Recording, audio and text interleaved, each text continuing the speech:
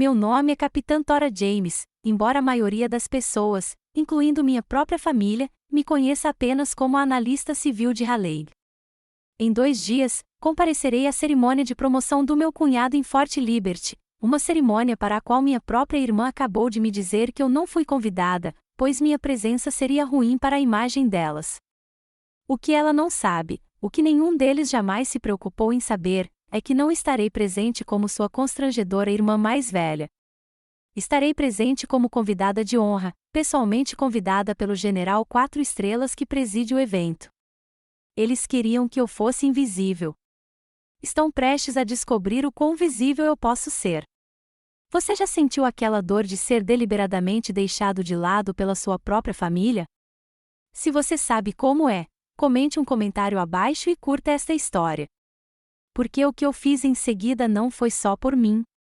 Foi por todos que já ouviram que não pertencem a nenhum lugar. Tudo começou há menos de 1 hora, no que pareceu uma vida diferente. Um raro momento de paz merecida. Minha vida em Raleigh é uma fortaleza de disciplina silenciosa. Durante o dia, sou analista estratégico sênior de uma empresa de segurança privada, um mundo de dados criptografados e briefings confidenciais. Meu escritório é um reflexo da minha mente, um espaço minimalista de vidro e aço escovado, 20 andares acima da cidade, onde meu valor é medido em fatos observáveis e resultados tangíveis, não no mercado volátil da opinião familiar. É o meu santuário. O sol do fim da tarde incidia sobre minha mesa, iluminando o brilho de um único e-mail no meu monitor. O assunto era claro e direto: comenda oficial. Meu coração batia firme e silenciosamente enquanto eu lia o texto, provavelmente pela 5ª vez. As palavras eram de um general 4 estrelas do Pentágono, um homem cujo nome inspira respeito em salas sobre as quais só li. Durante 3 meses, meu trabalho silencioso, invisível e ingrato, fora a espinha dorsal analítica de uma operação que mantinha seu pessoal em segurança. Ele considerou meu relatório de inteligência exemplar e decisivo. Um pequeno sorriso íntimo surgiu em meus lábios, um sorriso que nunca alcançava meus olhos em fotos de família. Aquilo era real. Era a prova nua e crua de centenas de horas dedicadas a conectar pontos que outros viam como espaços vazios. No silêncio estéril do meu escritório, senti uma profunda sensação de reconhecimento. Senti-me vista. Tomei um gole do meu café preto, o calor amargo como uma âncora familiar, o sabor de um dia de trabalho bem e verdadeiramente concluído. Foi naquele preciso momento de frágil contentamento que meu celular vibrou em cima da mesa. A tela se iluminou com um nome que, depois de todos esses anos, ainda podia me dar uma pontada de esperança tola: Sarafina, minha irmãzinha. Por um segundo, me deixei acreditar que ela estava ligando para compartilhar a empolgação com a promoção do marido, Declan. Ele estava se tornando tenente-coronel, uma conquista enorme, e meu orgulho por ele era genuíno. Atendi, minha voz mais calorosa do que estivera o dia todo. Oi, Sarah, estou pensando em vocês, nos preparando para o grande dia. Sua voz ecoou pelo alto-falante, doce e penetrante como mel. Era a voz que ela usava antes de pedir ou levar algo. Tora, oi. Que bom que te encontrei. Escute, estou ligando para falar da promoção. Ela fez uma pausa ensaiada, uma pequena hesitação teatral. O Declan e eu temos conversado e decidimos tornar isso um evento mais íntimo, sabe, só para pessoas da comunidade militar. É uma questão de imagem, você entendeu. O ar no meu escritório ficou cortante e frio. Cada palavra era um pequeno dardo envenenado lançado com um sorriso.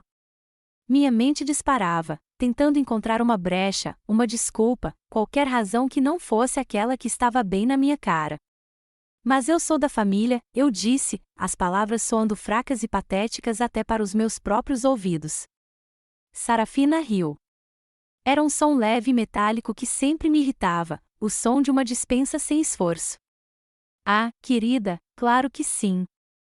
Mas não se trata de família. São negócios. Trata-se da carreira do Declan. Trata-se de estar com pessoas que entendem. Ela pronunciou a palavra entender com uma precisão delicada e cirúrgica, e com isso, me cortou para fora da cena. De um lado da linha, o mundo dos uniformes e patentes, o mundo das consequências que ela usava como um vestido emprestado. Do outro, eu, a civil, a forasteira, a irmã que, apesar de tudo, simplesmente não entendia. Mais algumas gentilezas vazias e ela se foi. Fiquei sentado em absoluto silêncio, o telefone na minha mão agora um peso inerte e frio. Meu santuário, meu escritório imaculado, de repente parecia uma sala de interrogatório. O horizonte brilhante de Raleigh do lado de fora da minha janela parecia zombar de mim, um mundo de movimento e propósito do qual eu não fazia mais parte. Meu próprio mundo acabará de desabar na doroca no meu externo. Meu olhar voltou-se para o monitor. O elogio do general, exemplar e decisivo, brilhou na tela como uma miragem. O que era uma recomendação do Pentágono contra uma condenação do meu próprio sangue? A dor mais profunda não era perder uma festa. Era receber a notificação verbal oficial de um veredito que senti a vida toda: você não é um de nós. Você não pertence. Não houve lágrimas. Chorar era uma rendição, e eu já havia me rendido o suficiente para uma vida. Meu treinamento, minha disciplina, exatamente as coisas que eles rejeitavam, entraram em ação. Levantei-me da cadeira, meus movimentos fluidos e controlados. Caminhei até a pequena cozinha, meus calcanhares batendo suavemente no chão.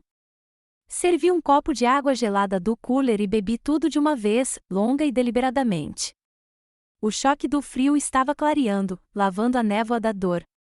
Quando voltei para minha mesa, meu reflexo no vidro escuro da janela mostrou uma mulher diferente. A irmã mais velha ferida havia recuado. O oficial de inteligência estava agora no comando.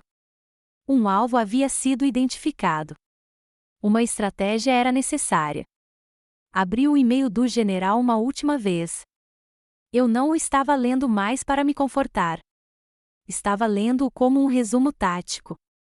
Notei seu título, seu cargo, a linguagem formal e respeitosa que ele usará quando me convidou pessoalmente ontem mesmo. Meus dedos, agora firmes e seguros, moveram-se para o teclado. Os cliques agudos e rítmicos eram o único som na sala. General Morrison, obrigado pelo convite. Seria uma honra comparecer e celebrar a promoção do Tenente-Coronel Thorne. Respeitosamente, Capitã Tora James, reserva do Exército dos Estados Unidos. Apertei em enviar. O clique do mouse foi quase inaudível, mas aterrissou com a força de um martelo. Não foi um ato petulante de vingança. Foi uma manobra calculada e estratégica. Foi uma declaração silenciosa de guerra, não para destruí-los, mas para recuperar de vez o único pedaço de território que eles tentaram tirar de mim, minha própria autoestima. A única palavra enviado confirmou minha ação na tela. A adrenalina de apertar aquele botão começou a sumir, substituída pelo silêncio pesado do meu escritório. A decisão estava tomada. A sorte estava lançada. Agora não havia mais nada a fazer a não ser ir para casa. Guardei meu laptop na bolsa e peguei minha carteira. Ao tirá-la da bolsa, uma pequena fotografia gasta, com bordas curvadas, escorregou, flutuando sobre a madeira escura da minha mesa.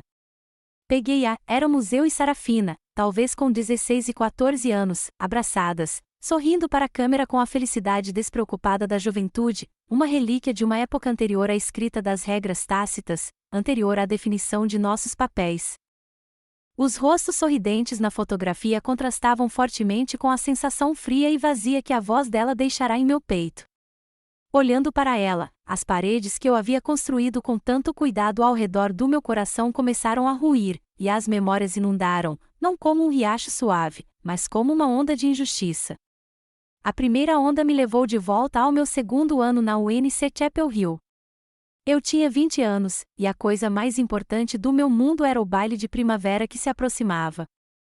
Economizei por 2 meses, trabalhando em turnos extras na biblioteca do campus, para comprar um vestido azul marinho simples e elegante. Não era de grife, mas era meu. Uma semana antes do baile, Sarafina me ligou, soluçando histericamente. Ela disse que estava com algum tipo de problema, uma despesa crítica da escola que não podia contar para a mamãe e o papai. Ela precisava de dinheiro, e precisava agora. Sem hesitar, eu disse a ela que daria um jeito.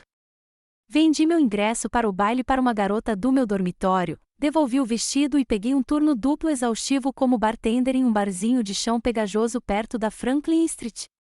Passei aquela noite de sábado, a noite do baile, limpando balcões que cheiravam a cerveja velha e arrependimento, e transferi cada dólar para a conta dela. 2 dias depois, meu coração apertou enquanto eu navegava pelo Facebook. Lá estava Sarafina, radiante em um álbum de fotos de uma festa.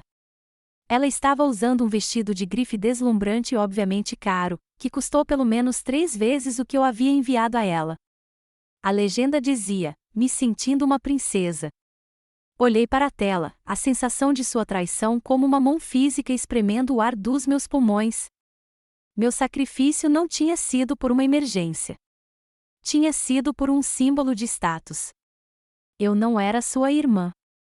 Eu era seu caixa eletrônico secreto. Essa não foi a primeira lição, apenas a mais cara. O padrão já havia sido estabelecido anos antes. Quando eu tinha 17 anos, sofri um pequeno acidente com o velho Ford Taurus do meu pai, a caminho de casa, depois do meu trabalho de meio período no supermercado.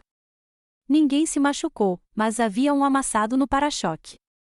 Durante uma semana, fui incansavelmente repreendido sobre responsabilidade, sobre a sorte que eu tinha por não ter machucado ninguém.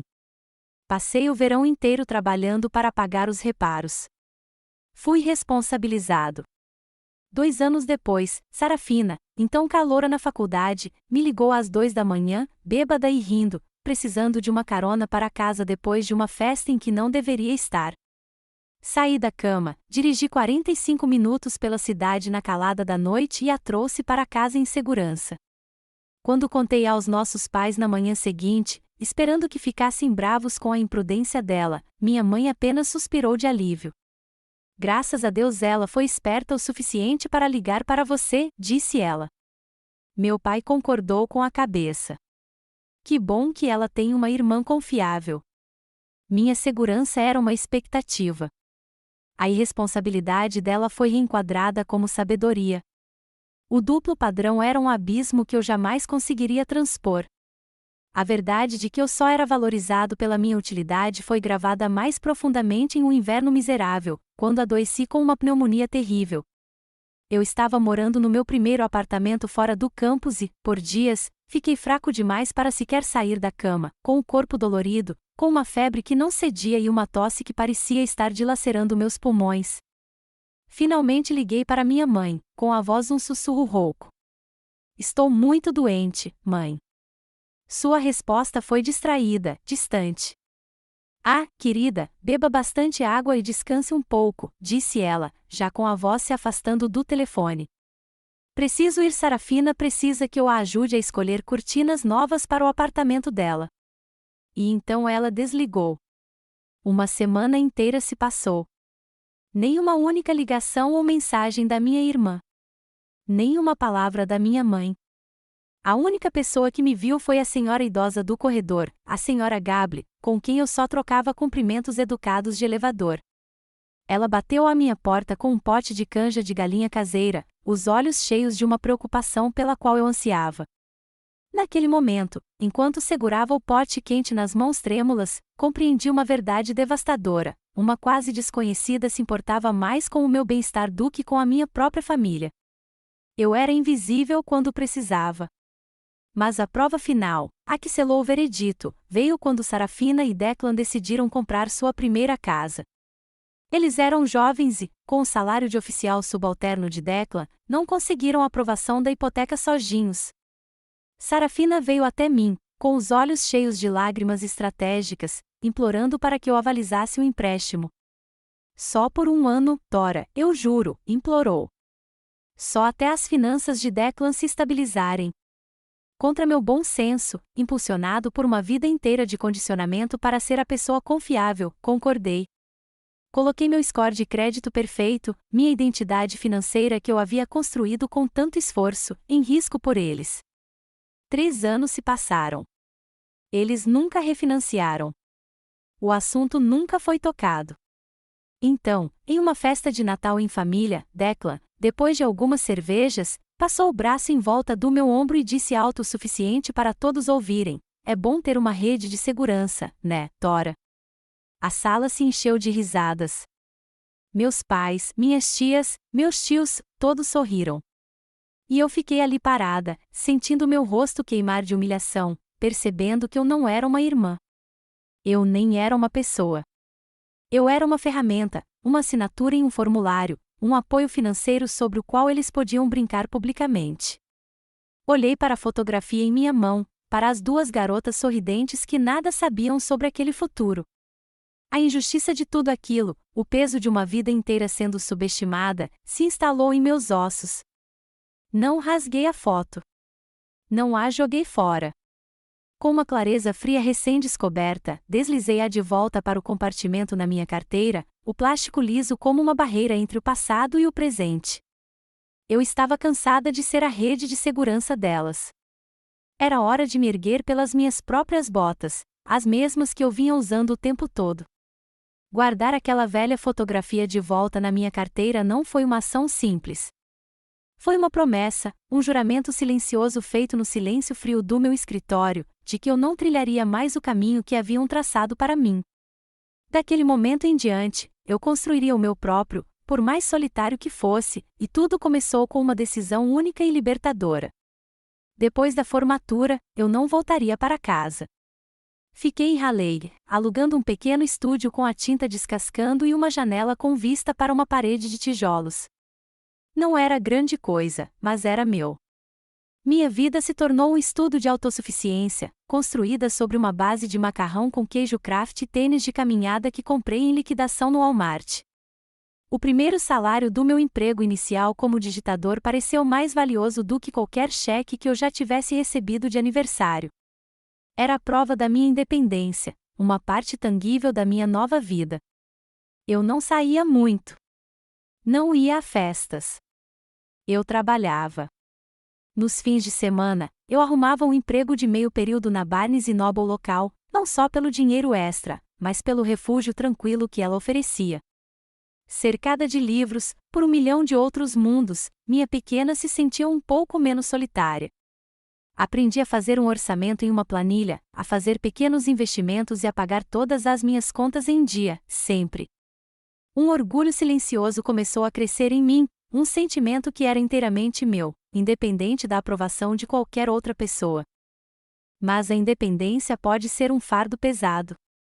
Houve noites em que o silêncio no meu apartamento era tão alto que parecia uma pressão física. Numa dessas noites, navegando sem rumo pelo YouTube no meu laptop, me deparei com uma palestra do TED de uma mulher chamada Brené Brown. O título era O Poder da Vulnerabilidade. Cliquei, esperando algumas frases de efeito de autoajuda. Em vez disso, fiquei paralisada. Ela falou sobre vergonha, sobre medo, sobre a coragem necessária para ser imperfeito. Ouvi novamente, e depois uma terceira vez. Pela primeira vez na minha vida, alguém me deu a linguagem para minha própria experiência. Ela me disse que meus sentimentos de solidão, de estar quebrado e indigno, não eram uma falha pessoal, mas uma parte fundamental da experiência humana. Devorei seus livros, começando por Ousando Muito foi como encontrar um mapa para o meu próprio coração. Comecei a entender que meu silêncio de uma vida inteira não era fraqueza ou submissão. Era um escudo, uma armadura que eu havia construído para me proteger do bombardeio constante de julgamentos.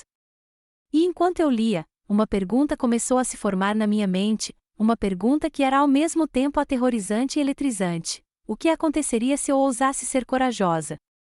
O que aconteceria se eu parasse de tentar ser invisível e começasse a tentar ser vista nos meus próprios termos? Essa pergunta me levou ao lugar mais inesperado, um centro de recrutamento da reserva do Exército dos Estados Unidos. A ideia surgiu de um profundo cansaço com um mundo de lealdades inconstantes e favoritismo emocional em que eu havia crescido. Eu ansiava por um sistema baseado no mérito. Queria um lugar onde seu valor fosse medido por padrões objetivos, onde posição e respeito fossem conquistados, não herdados ou emprestados.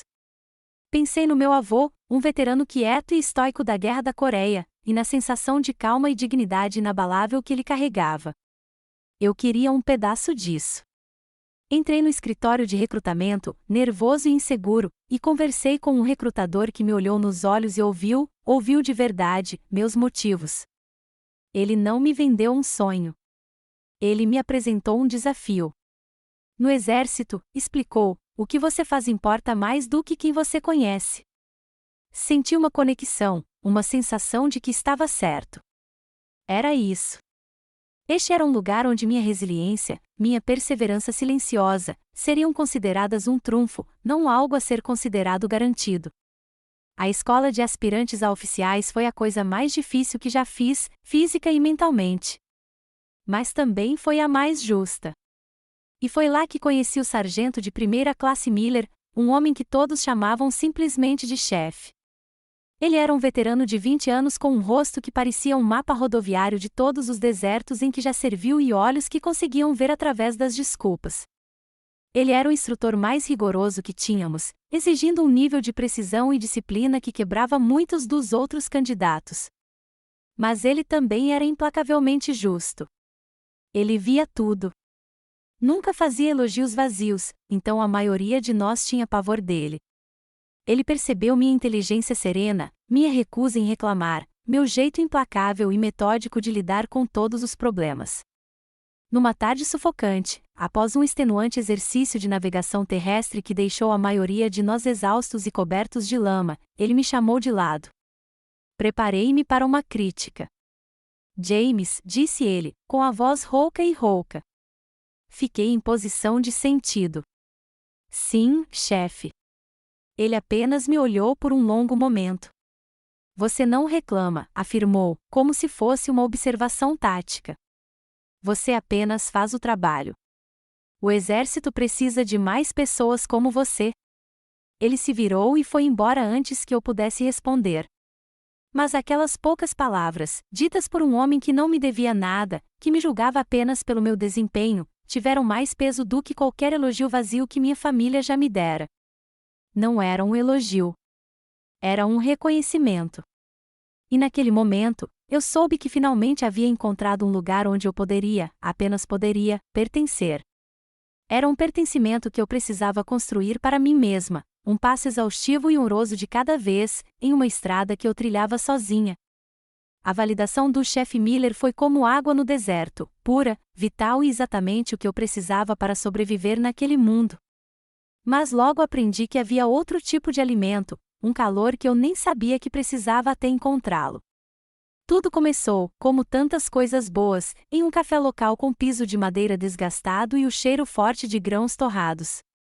Eu estava aconchegado em uma poltrona de canto, imerso em um livro denso sobre estratégia militar, quando uma voz masculina interrompeu suavemente minha concentração. Parece uma leitura pesada para um sábado. Levantei os olhos e vi um homem de olhos gentis e um sorriso amigável e modesto. Ele se apresentou como Ben, um engenheiro civil que trabalhava no centro da cidade. Ele não se intimidou com a complexidade do meu livro. Estava genuinamente curioso. Nossa conversa fluiu com uma naturalidade que me pareceu completamente nova. Ele fez perguntas reais sobre o meu trabalho, não por uma curiosidade mórbida sobre guerra, mas porque parecia realmente querer entender o mundo em que eu vivia. Ben era o completo oposto do carisma estridente e insistente de Declan. Ele tinha uma presença silenciosa e firme que parecia um alicerce. Ele ouvia mais do que falava e, quando falava, suas palavras eram atenciosas e sinceras. Ele nunca tentou me consertar ou dar conselhos não solicitados sobre minha família, mesmo quando eu, lenta e cautelosamente, comecei a compartilhar partes da minha história. Ele simplesmente se sentou comigo, oferecendo o raro e precioso presente de sua presença silenciosa e inabalável. Com Ben, pela primeira vez, não me senti um projeto a ser gerenciado ou um recurso a ser explorado. Eu simplesmente me sentia eu mesma. Depois de alguns meses de relacionamento, a verdadeira profundidade de sua gentileza se revelou. Eu estava voltando para o meu apartamento tarde da noite de um domingo, completamente exausta. Tinha sido um fim de semana exaustivo de exercícios de campo com minha unidade de reserva, 2 dias de lama, exaustão e simulação de cenários de alto estresse.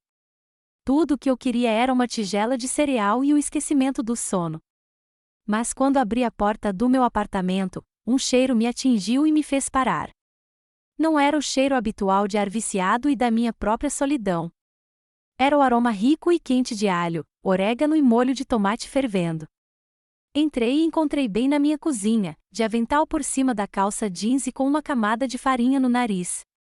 Uma panela de lasanha, borbulhando sob uma camada de queijo derretido, esfriava no fogão.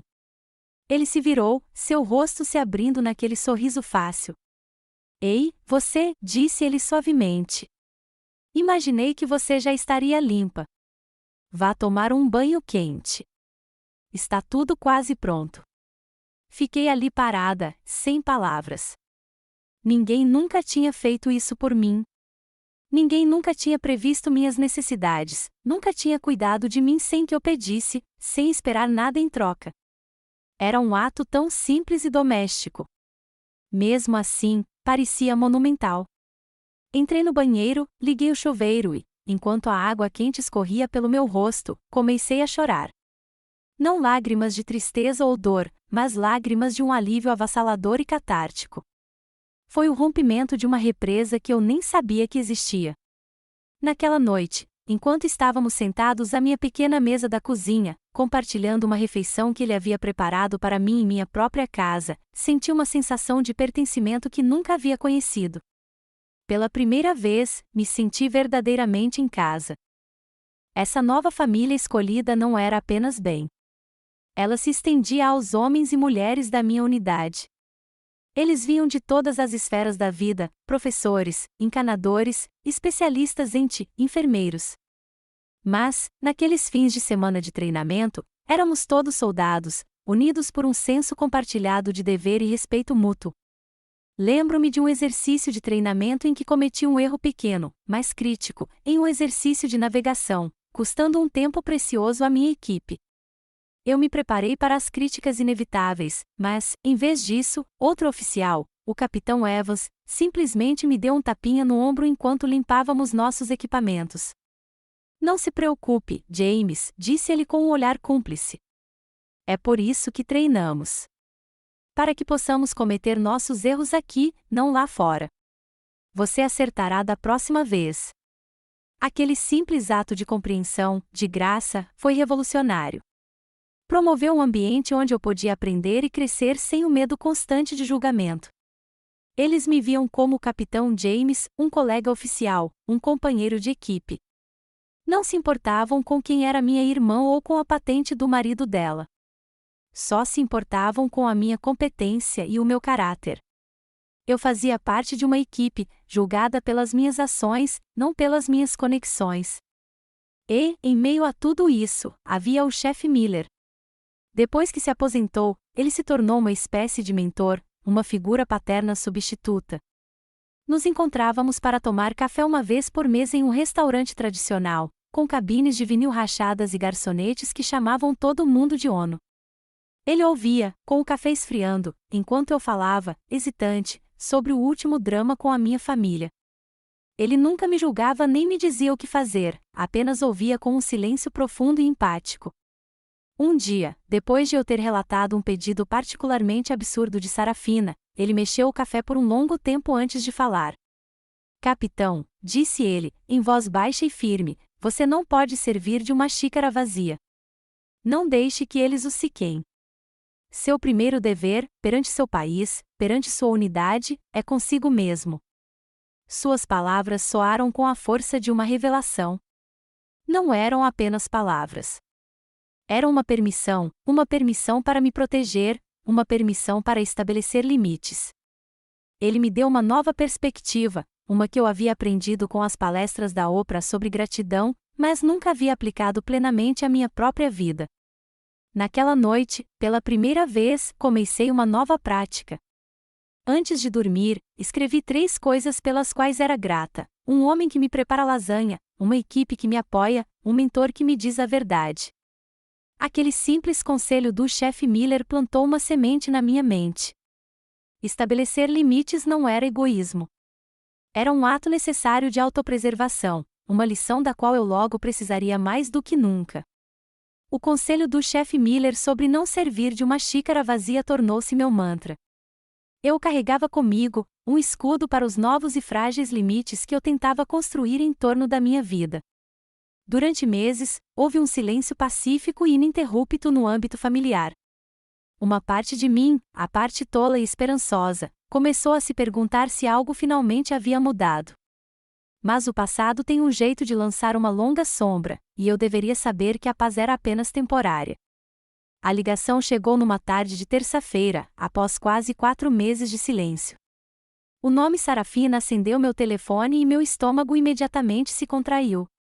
Sua voz, quando atendi, estava estranhamente alegre, como se tivéssemos conversado ontem. Não houve perguntas sobre como eu estava ou o que havia de novo na minha vida. Ela foi direto ao ponto. Ei, querida. Tenho um favor incrível para pedir, começou, com a voz borbulhando de excitação artificial. O Declan e eu estamos loucos por uma escapadela romântica, e encontramos a cabana perfeita em Asheville para este fim de semana. Gostaria de saber se você poderia cuidar das crianças para nós. O pedido pairava no ar, tão casual, tão arrebatador em seu direito. Eu não era uma irmã a quem se pedia um favor. Eu era um serviço de babá gratuito e de plantão sendo ativado. Os anos de progresso que eu pensava ter feito, a força que construí com bem em minha unidade, tudo parecia vacilar. A antiga Tora, aquela condicionada a dizer sim, a agradar, a ser confiável, surgiu dentro de mim. Uma guerra dolorosa e familiar começou em meu peito. Uma parte de mim ainda ansiava por sua aprovação, ainda queria acreditar que aquele pequeno ato de serviço poderia me render uma migalha de afeto. Hesitei, o silêncio se prolongando por um instante a mais. Mas então outra voz cortou o barulho, a voz baixa e grave do chefe Miller. Não se pode servir de uma xícara vazia. O olhar firme e solidário de Ben me veio à mente. Respirei lenta e profundamente, ancorando-me na nova vida que havia construído. Desculpe, Sarah, disse eu, com a voz mais calma do que me sentia. Não posso. Estou ocupada neste fim de semana. A linha ficou em silêncio absoluto. O calor alegre em sua voz desapareceu, substituído por um frio glacial. Ocupada? Perguntou ela, a única palavra transbordando de descrença e desprezo. Ocupada com o quê? A acusação tácita era clara. O que eu poderia ter na minha pequena vida civil que fosse mais importante do que as necessidades dela? A pergunta tinha o objetivo de me fazer sentir pequena, de justificar minha existência. Recusei-me a morder a isca. Eu só tenho planos, repeti, em tom firme. Tudo bem, ela retrucou, e a linha caiu. Ela não desligou simplesmente. Ela bateu o telefone na minha orelha. Uma onda de culpa me invadiu, um reflexo arraigado ao longo de 36 anos. Mas, desta vez, havia algo mais, uma pequena e desafiadora centelha de orgulho. Eu havia me mantido firme. A vitória durou pouco. 2 dias depois, minha mãe ligou, com a voz já carregada de decepção. O executor da família havia sido mobilizado. Tora, acabei de falar com sua irmã, começou ela, sem cumprimentá-la. Por que você a trataria assim? Ela só pediu uma coisinha. Família deve se ajudar. Ela nunca perguntou a minha versão da história. Nunca considerou que eu pudesse ter um motivo legítimo. Aos seus olhos, os papéis eram fixos, Sarafina era quem precisava, e eu era quem provia. Minha própria vida, meus próprios planos, eram irrelevantes. A sensação familiar e sufocante de injustiça subiu pela minha garganta. Mãe, eu disse, com a voz firme, mais firme, eu tenho vida própria. Não sou o plano B da Sarafina. Ouviu-se um suspiro sofrido do outro lado da linha. Você sempre tem que ser tão difícil, Tora. Ela então mudou de assunto sem hesitar para alguma fofoca sem sentido da vizinhança. O assunto foi descartado, e a culpa foi jogada diretamente em mim. Eu não só havia falhado com minha irmã, como também com meu papel fundamental dentro da família. A escalada final veio algumas semanas depois, na festa de aniversário de um dos nossos primos. A casa estava barulhenta, cheia de parentes que eu via apenas algumas vezes por ano. Eu estava tentando me esconder o máximo possível, tomando um clube soda num canto, quando Declan se aproximou, com arrogância. Ele tinha tomado algumas cervejas e seu rosto estava corado com a confiança presunçosa que eu desprezava. Ele se inclinou, falando alto o suficiente para o círculo de tias e tios ao nosso redor ouvir. Então, Tora, disse ele com um sorriso irônico, como é esse seu trabalhinho de analista burocrática? Deve ser muito emocionante ficar sentado no ar-condicionado o dia todo enquanto o resto da gente faz o trabalho de verdade. Ele riu, um som alto e estridente. Sarafina estava ao lado dele, com um sorriso pálido e fraco no rosto. Ela não disse nada. Não fez nada. Apenas observou o marido me menosprezar publicamente, reduzindo minha carreira, meu intelecto, minha vida inteira a uma piada. O ar ficou pesado com um silêncio constrangedor. Todos os olhos estavam em mim, esperando minha reação. Você já passou por uma situação como essa, em que alguém da sua família o menospreza publicamente e as pessoas que deveriam defendê-lo ficam paradas, assistindo? Se você conhece aquela sensação de estar completamente sozinho em uma sala lotada, comente sim abaixo. É uma dor mais profunda do que qualquer insulto. Não lhes dei a satisfação de uma resposta. Não chorei, nem gritei, nem me defendi. Simplesmente encarei seu olhar, minha expressão uma máscara vazia. Mas por trás da máscara, dentro da fortaleza da minha mente, algo mudou. A mágoa familiar, a frustração sem fim, tudo começou a esfriar, a endurecer, cristalizando-se em algo novo. Era uma fúria fria e silenciosa, tão afiada e clara quanto o gelo. E naquele momento, eu soube que algo precisava se quebrar. Voltei para casa dirigindo da festa de aniversário do meu primo em um estado de fúria controlada. O som da risada zombeteira de Declan e a imagem do sorriso cúmplice da minha irmã estavam gravados no fundo das minhas pálpebras.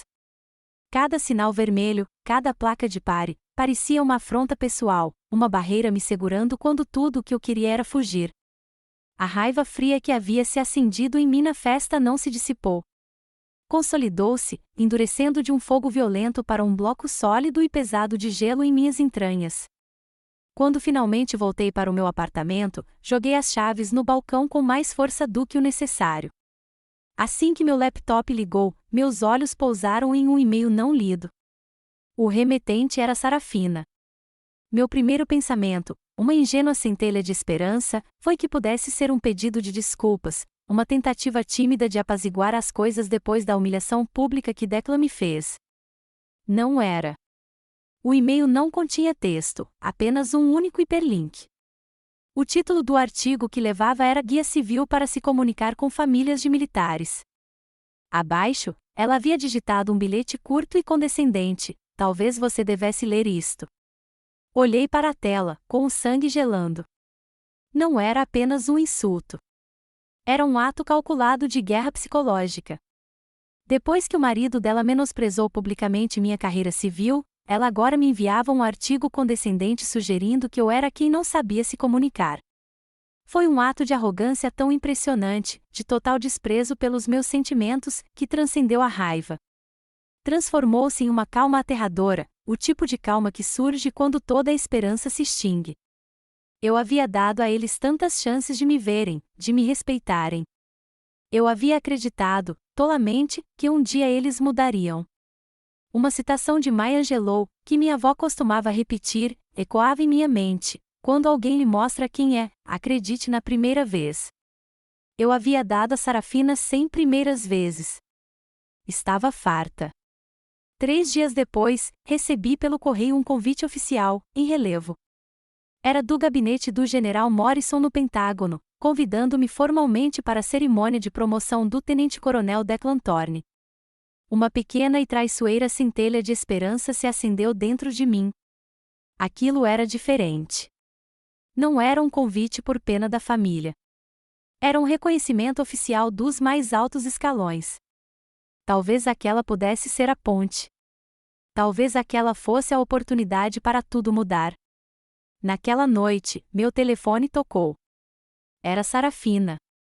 Meu coração batia forte contra as costelas. E então ela falou, e o último e frágil fio de esperança se rompeu. Ouvi novamente a mesma voz melosa e melosa, as mesmas desculpas ensaiadas. Mas, desta vez, eu não estava ouvindo aquilo como uma ferida recente. Eu estava ouvindo aquilo como a peça final de um quebra-cabeça que eu vinha montando a vida inteira. Suas palavras, pela imagem, pessoas que entendem, não eram mais um golpe singular e chocante.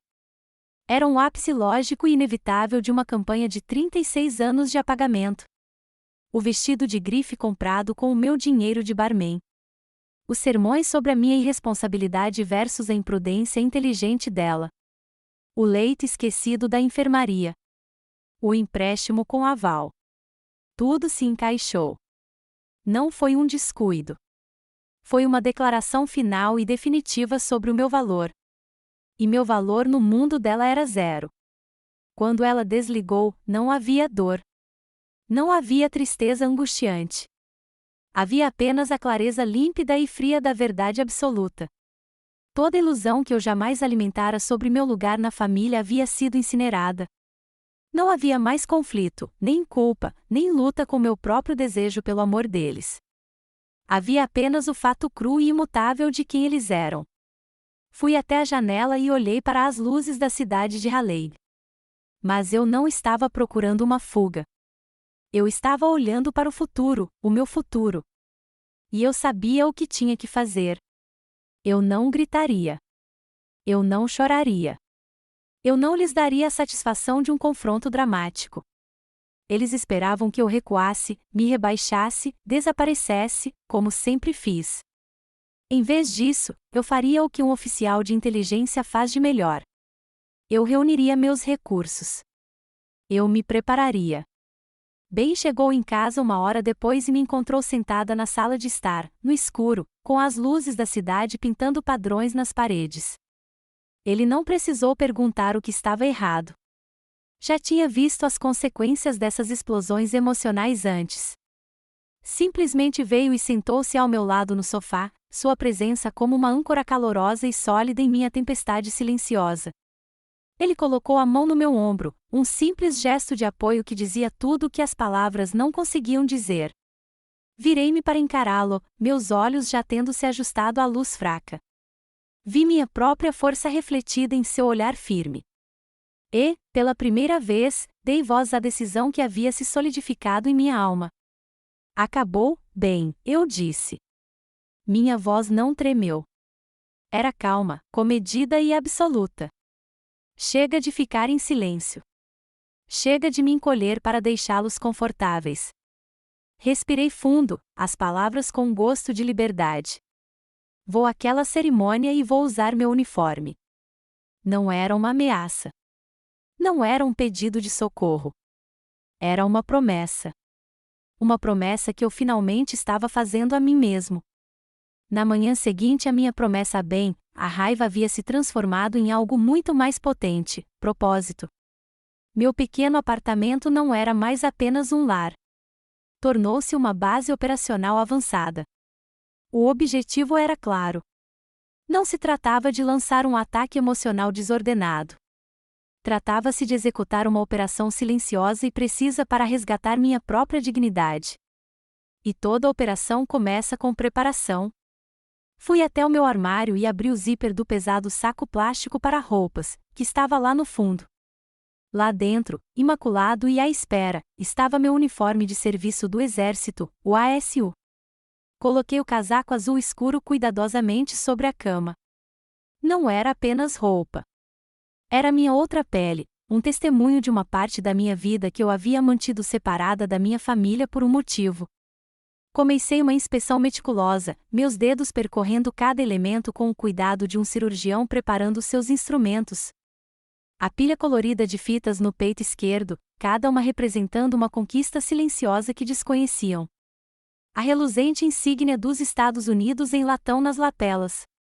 As barras prateadas e pontiagudas da minha patente de capitão em cada dragona. E, finalmente, a simples placa de plástico preto com o nome, James. Tudo tinha que ser perfeito. Cada detalhe tinha que estar em seu devido lugar, uma refutação silenciosa à narrativa que me viam como a insignificante irmã civil. Era mais do que apenas me vestir. Era um ritual. Era eu, deliberada e conscientemente, colocando minha força em prática. Ben estava parado na porta do quarto, encostado no batente. Ele não disse uma palavra, apenas me observava com uma expressão de orgulho silencioso que me aquecia mais do que qualquer fogo. Ele entendia que não se tratava de vaidade. Tratava-se de me armar para um tipo diferente de batalha. Quando comecei a preparar meu kit de polimento para os meus aposentos mais baixos, ele simplesmente perguntou: "Precisa de ajuda com esses sapatos?" Essa simples oferta, esse silencioso ato de solidariedade, significou mais do que 1000 discursos de incentivo. Enquanto eu alinhava as fitas do meu uniforme, meu telefone tocou. O identificador de chamadas mostrava o código de área 202, Washington. Meu coração deu um pequeno pulo. Atendi, com a voz profissionalmente equilibrada. Aqui é o Capitão James. Capitão James, bom dia. Aqui é o Sargento Allen, do gabinete do General Morrison, disse uma voz firme e profissional do outro lado da linha. Estou ligando para confirmar sua presença na cerimônia de promoção do Tenente-Coronel Thorne neste sábado. Sim, sargento, estarei lá, confirmei. Excelente, senhora, continuou ele, em tom formal. O general solicitou especificamente que a senhora se sentasse na seção VIP, terceira fileira. Ele me pediu para perguntar se a senhora tem algum pedido especial para sua visita. Aguardamos ansiosamente sua visita. Quase deixei o telefone cair. Um assento designado na área VIP. Não era apenas um convite de cortesia que eu havia recebido. Eu era um convidado esperado e de honra. A consciência tomou conta de mim, uma onda de validação que me reforçou. Solidificou minha determinação. Eu não estava indo lá para invadir uma festa ou causar uma cena. Eu estava indo porque havia conquistado meu lugar naquela sala. Eu pertencia àquele lugar. Com meu uniforme pronto, passei para a próxima fase da preparação, a coleta de informações. Sentei-me à minha mesa, com minha mente analítica assumindo o controle. Eu não estava procurando por sujeira ou planejando uma campanha de difamação. Estava simplesmente revisando os fatos, construindo um arquivo do caso em minha própria mente para me proteger contra qualquer centelha de dúvida ou culpa de última hora. Conheça seu inimigo e conheça a si mesmo, como escreveu Sun Tzu. Eu precisava ser lembrado da verdade. Revisei mensagens de texto antigas, reli e-mails antigos e revisitei as promessas há muito esquecidas na minha memória. As evidências eram avassaladoras, um padrão claro e inegável de exploração. Então, fiz algo que não fazia há meses. Olhei para a página de Sarafina no Facebook. Era um museu magistralmente organizado da vida da esposa perfeita de um militar. Fotos dela e de Declan em bailes formais, seus sorrisos impecavelmente polidos. Postagens sobre os sacrifícios e a honra das famílias militares. Fotos dos filhos dela em trajes com temática patriótica. E em todo esse santuário digital para uma vida de serviço, eu estava completa e completamente ausente. Era como se eu não existisse. Cada postagem arrogante, cada imagem do mundo brilhante e obcecado por posições sociais deles, só servia para destacar o poder da minha própria realidade silenciosa e substancial. Eles estavam transmitindo uma imagem. Eu estava vivendo uma vida. Na noite anterior à cerimônia, Ben e eu estávamos sentados na minha pequena varanda dos fundos, o ar úmido da Carolina do Norte nos cercando. Bebíamos chá gelado e doce em copos altos, com a condensação pingando no corrimão de madeira. O silêncio era confortável, mas eu sabia que ele tinha perguntas. Finalmente, ele perguntou: "Como você está se sentindo em relação à amanhã?" Olhei para o céu que escurecia, pensando nisso por um longo momento. "Não estou mais com raiva, Ben", eu disse, e fiquei surpreso ao descobrir que era verdade. "Sinceramente, só estou triste por ela, pelos dois. Ela construiu este castelo inteiro em cima da patente de outra pessoa e está prestes a descobrir que é feito de areia." Virei-me para encará-lo, minha voz clara e firme. "Não vou lá por vingança. É o que eles fariam. Vou lá para fechar um capítulo, para terminar uma história antiga para finalmente começar a escrever uma nova, a minha própria história." A clareza que eu sentia era absoluta. A dor ainda estava lá, uma leve dor fantasmagórica, mas não tinha mais poder sobre mim. Eu não era mais uma vítima reagindo à crueldade deles. Eu era uma estrategista, uma oficial, uma mulher com total controle de seu próximo movimento. A viagem até Fort Liberty foi calma. A tempestade dentro de mim havia passado, deixando para trás uma certeza fria e clara. Ao me aproximar do portão principal, reduzi a velocidade do carro e entreguei minha identidade militar ao jovem soldado de plantão. Ele a pegou, examinou-a e sua postura imediatamente se acentuou. Ele olhou da identidade para mim, seus olhos registrando as insígnias de capitão no meu uniforme. Devolveu-a com uma saudação seca. Bem-vinda ao Fort Liberty, senhora, disse ele, com a voz respeitosa. Obrigada, cabo, respondi e entrei. Era a primeira vez que eu entrava naquela base como oficial por direito próprio, não como irmã de Sarafina ou cunhada de Declan. Eu não era uma visitante. Eu fazia parte da instituição. Encontrei uma vaga para estacionar e caminhei em direção ao Patton Hall. O prédio era impressionante, uma imponente estrutura de tijolos que exalava história e autoridade. Lá dentro, o auditório fervilhava com o zumbido baixo das conversas. Bandeiras enfeitavam o palco, a bandeira americana, a bandeira do exército, as cores da 82ª Divisão Aerotransportada. Retratos de generais lendários fitavam as paredes, com olhares severos e inabaláveis. Era uma sala construída para cerimônias, uma sala imersa em tradição e poder. Um recepcionista olhou para o meu convite e me conduziu ao meu lugar, terceira fileira, corredor central, uma posição privilegiada. Sentei-me, com as costas retas e as mãos calmamente apoiadas no colo. Eu era uma ilha de silêncio em um mar de uniformes e farfalhar de trajes formais. Observei a sala, minha mente de analista observando silenciosamente, catalogando. Então eles fizeram sua entrada. Sarafina e Declan entraram de mãos dadas, um retrato de poder militar e elegância. Declan estava impecável em seu uniforme ASU recém-passado, seu peito um outdoor de fitas. Sarafina deslizou ao lado dele em um vestido vibrante de grife que provavelmente custou um mês do meu salário. Eles estavam radiantes, absorvendo os parabéns, apertando as mãos, rindo. Eles eram as estrelas do show, e sabiam disso. Enquanto caminhavam pelo corredor, passaram pela minha fileira. Declan estava concentrado em um coronel mais velho à frente deles e nem olhou na minha direção. Mas os olhos de Sarafina, por um breve segundo, percorreram a multidão. Seu olhar me percorreu, me atravessou, como se eu fosse um fantasma. Não houve um lampejo de reconhecimento.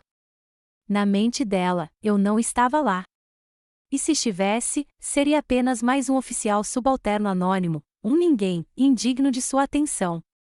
A ironia era tão forte que eu podia senti-la. Eu finalmente havia me tornado invisível para minha irmã porque havia me tornado exatamente aquilo que ela venerava, um oficial uniformizado, só que não um que importasse para ela. A cerimônia começou, a apresentação das cores, o hino nacional, a invocação do capelão. Tudo era um prelúdio formal e previsível para o evento principal. Finalmente, o general Morrison, um homem cuja presença comandava a atenção absoluta da sala, subiu ao pódio. Ele falou calorosamente de Declan, elogiando seus serviços, sua liderança, sua dedicação. Declan e Sarafina, sentados na primeira fila, estavam radiantes. Este era o momento deles. Então o general fez uma pausa. Pigarreou, e uma sutil mudança ocorreu na atmosfera. Senhoras e senhores, disse ele, sua voz ressoando pelo auditório, antes de prosseguirmos com a fixação, quero reservar um momento de privilégio pessoal para reconhecer um convidado especial presente hoje. Um oficial cujo trabalho silencioso e incansável na área de inteligência teve um impacto direto e profundo na segurança de nossos soldados no exterior. Um silêncio tomou conta da sala. Todos os olhos estavam voltados para o general. Eu podia sentir meus pais, sentados algumas fileiras atrás de mim, se remexendo nas cadeiras, provavelmente esticando o pescoço para ver qual dignitário havia aparecido. A análise dela foi exemplar e decisiva, continuou o general, seus olhos percorrendo a multidão até encontrarem os meus. Por favor, juntem-se a mim em uma salva de palmas para a capitã Tora James. Ele gesticulou diretamente para mim. O tempo pareceu desacelerar, distorcer-se e esticar-se. 100 rostos se viraram em minha direção, e entre eles, 2 rostos que eu conhecia melhor que o meu.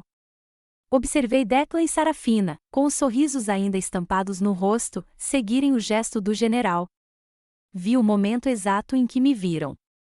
O rosto de Sarafina era uma obra-prima de horror silencioso e crescente.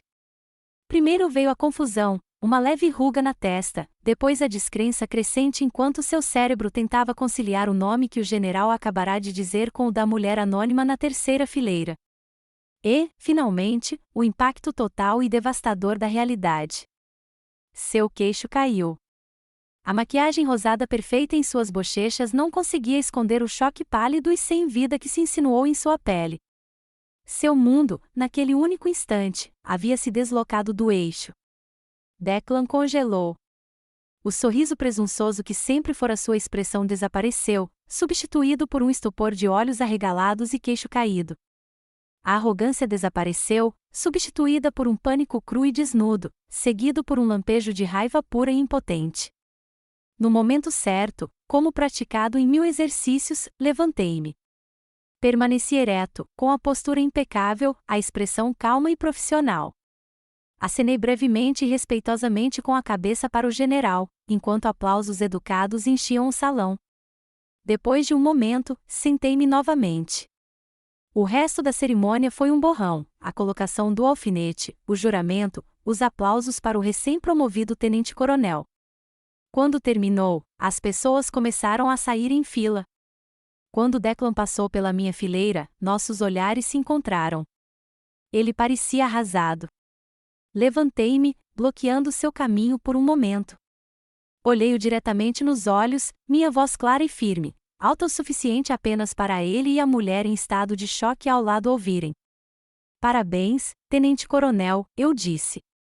As palavras eram simples, educadas, mas atingiram-me com a força de um golpe final e devastador, destruindo o castelo de vidro que haviam construído com tanto cuidado ao redor de si. E eu simplesmente fui embora, deixando-os parados nas ruínas. A recepção foi realizada em um grande salão de baile no clube dos oficiais, um mundo de madeira polida e latão fosco.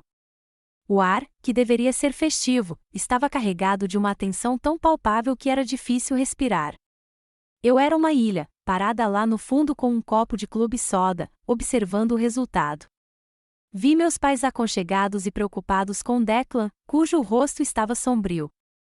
E então vi Sarafina, seu rosto uma máscara de compostura frenética, vindo em minha direção.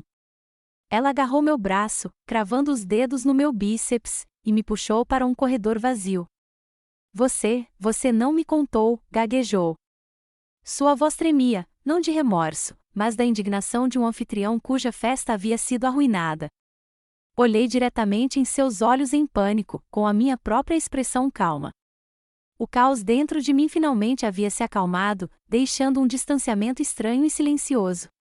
Você nunca perguntou, respondi, com a voz calma e baixa. Não foi um ataque. Foi uma simples constatação. A verdade pareceu atordoá-la mais do que qualquer acusação. Colocava a culpa exatamente onde merecia, em seu próprio egocentrismo, em sua completa falta de curiosidade sobre qualquer vida que não fosse a sua. Ela começou a gaguejar, uma torrente de desculpas jorrando. Eu não sabia. Só pensei que você fizesse algo em um escritório. Como eu ia saber que você era um capitão? A palavra soou estranha em seus lábios, como se descrevesse uma criatura mítica. Não me envolvi. Não discuti. Não havia sentido. Simplesmente deixei suas palavras pairarem no ar, seu vazio ecoando no corredor silencioso. Minha batalha havia terminado. Eu havia vencido, não por revidar, mas simplesmente por ser eu mesma. Aproveite o resto da noite, Sarafina, disse suavemente, soltando meu braço de sua mão. Virei-me e voltei para o salão de baile, deixando-a sozinha nos destroços que ela mesma havia criado. Saí da festa logo depois, sem me despedir de mais ninguém. A viagem de volta para Raleigh pela I-40 foi tranquila. Minha mente era uma estranha mistura de exaustão profunda e exaustiva com uma quietude profunda. Na metade do caminho para casa, meu celular vibrou, o nome da minha mãe iluminando a tela. Eu sabia o que era. Parei o carro no acostamento escuro e de cascalho da rodovia, o brilho vermelho das lanternas traseiras pulsando na escuridão. Respirei fundo para me acalmar e respondi: Tora, o que foi isso? A voz da minha mãe era ríspida, acusatória. Não houve parabéns, apenas condenação pela vergonha que eu aparentemente havia causado. Como você pôde envergonhar sua irmã daquele jeito na frente de todas aquelas pessoas importantes? Você tem ideia de como ela está chateada? Durante toda a minha vida, absorvi essas acusações unilaterais em silêncio. Não mais. O limite precisava ser traçado aqui e agora. Eu não a envergonhei, mãe, eu disse, minha voz firme como o ronco dos caminhões que passavam. Eu simplesmente existi. O problema é que a minha existência, a minha vida real, envergonha ela, e vocês duas. Deixei isso acontecer por 36 anos. Houve um silêncio atordoante. Antes que ela pudesse formular uma resposta, outra defesa de Sarafina, outra rejeição a mim, apertei o ícone vermelho na tela. Eu havia desligado na cara dos meus pais pela primeira vez na vida. A linha foi cortada. Quando finalmente entrei em meu apartamento, a adrenalina triunfante que eu esperava havia sumido, substituída por uma sensação de vazio e esgotamento. A vitória parecia estranhamente vazia. Entrei na cozinha, peguei uma caneta e um bloco de notas amarelo e sentei-me à mesa.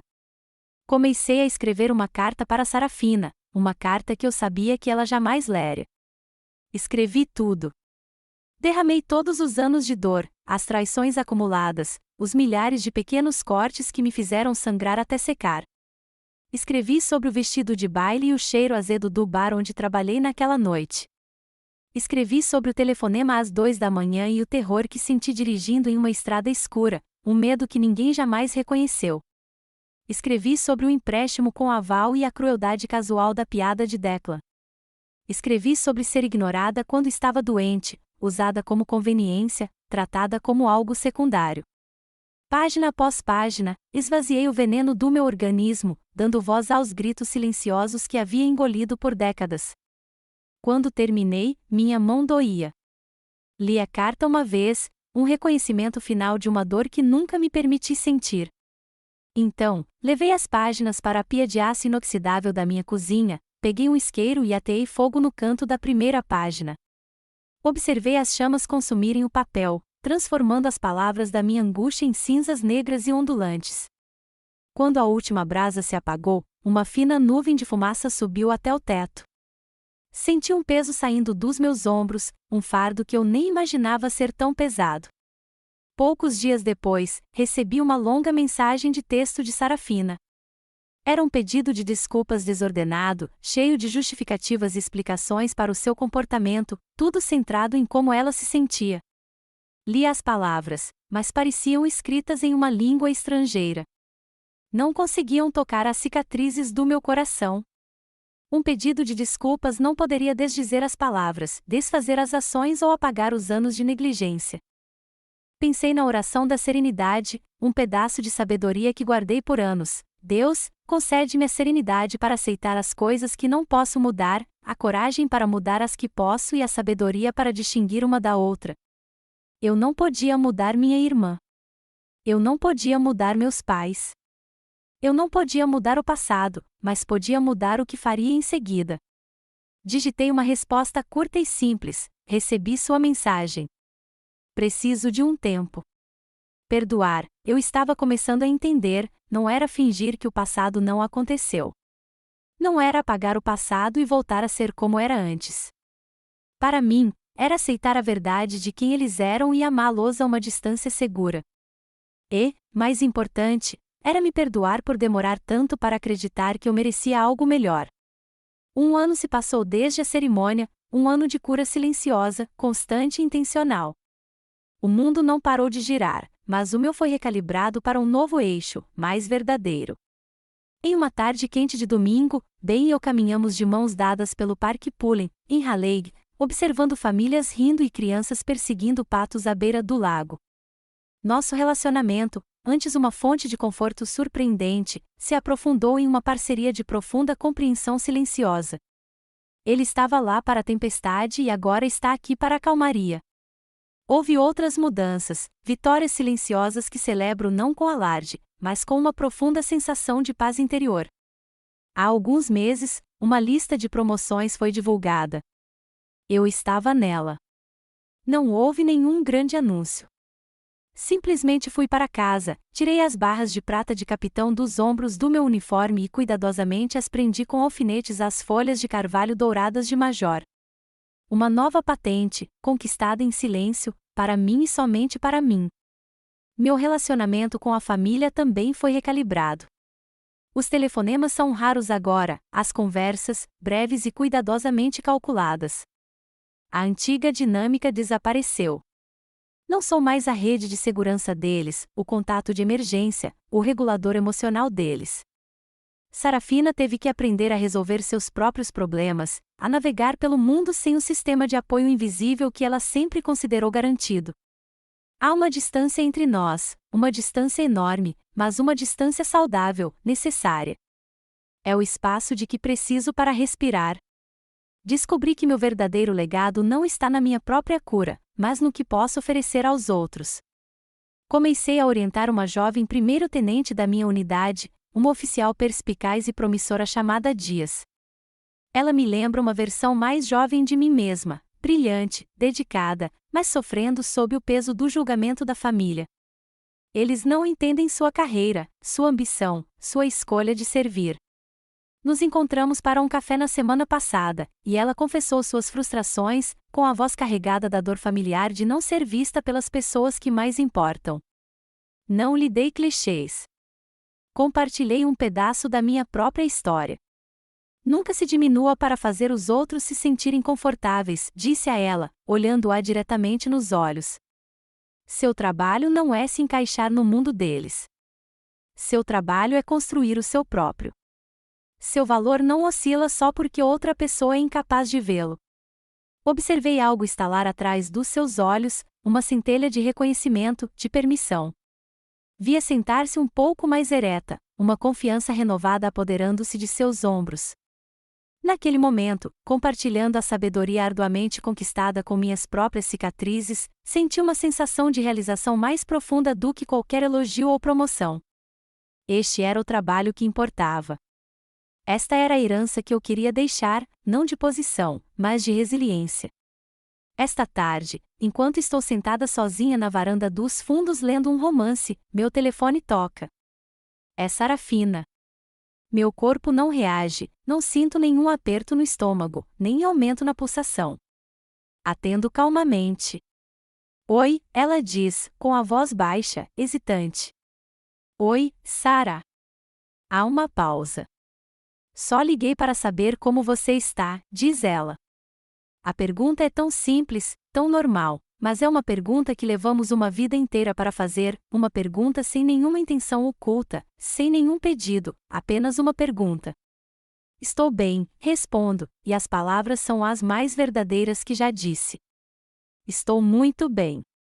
A conversa é curta, um pouco estranha, mas é real. Falamos sobre o tempo. Ela menciona as crianças. Eu escuto. Quando desligamos, não sinto nenhuma obrigação ou ressentimento. Apenas sinto paz. Encontrei minha própria justiça. Não foi algo barulhento ou dramático. Foi a vitória silenciosa e interna da autoestima. Larguei o celular e fiquei olhando o sol começar a se pôr, pintando o céu da Carolina do Norte em tons de laranja e roxo. As tempestades passaram. As batalhas foram travadas. Aprendi que a verdadeira força não está em nunca cair. Está em como você se levanta com a dignidade intacta. Não se trata de não ter cicatrizes. Trata-se de entender que suas cicatrizes são a prova das guerras às quais você sobreviveu. Elas são um mapa de onde você esteve, mas não ditam mais para onde você vai. Não sou mais uma personagem secundária na história de ninguém. Não sou definida por suas expectativas ou rejeições. Sou a Major Tora James e, finalmente, estou livre. Minha história acabou, mas talvez a sua esteja apenas começando. Para todos que já se sentiram invisíveis, que travaram batalhas silenciosas pela sua própria autoestima, saibam disso, vocês não estão sozinhos. Seu valor não é determinado pela opinião dos outros. Ele é forjado na sua própria resiliência. Obrigada por ouvirem minha jornada. Se ela ressoou com vocês, assinem o Chosen Revenge para mais histórias que empoderam e inspiram. Vocês merecem ser ouvidos.